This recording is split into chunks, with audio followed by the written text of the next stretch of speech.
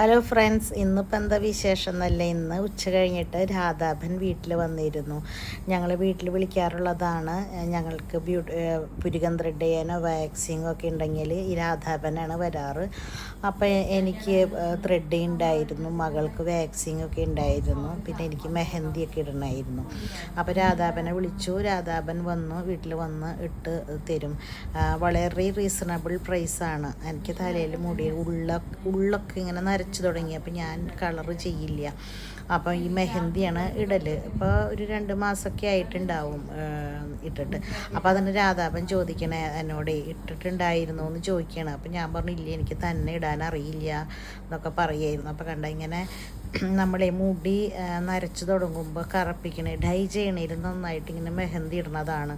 മെഹന്തി ഇടുമ്പോണ്ടല്ലോ എന്താ ഗുണം എന്നറിയാമോ? വേഗം നരക്കില്ല. നമ്മൾ ഈ കളർ ചെയ്യുമ്പോൾ ഡൈ ചെയ്യുമ്പോൾ പെട്ടെന്ന് നരയ്ക്കുന്നതാണ് പറയണത്. അപ്പോൾ എനിക്ക് ഇങ്ങനെ ഇടയിലൊക്കെ നരച്ച് ഞാൻ തുടങ്ങിയപ്പോൾ ഞാനിങ്ങനെയാണ് ചെയ്യാറ് കേട്ടോ.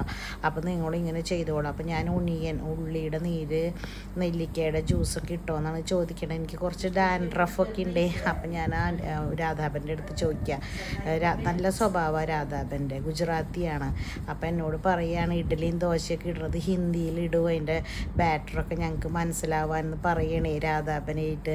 അങ്ങനെയൊക്കെ ഇരുന്ന് വർത്താനം പറഞ്ഞതൊക്കെ കഴിഞ്ഞ് പോയി. അപ്പോൾ നിങ്ങൾ സബ്സ്ക്രൈബ് ചെയ്തോളൂ.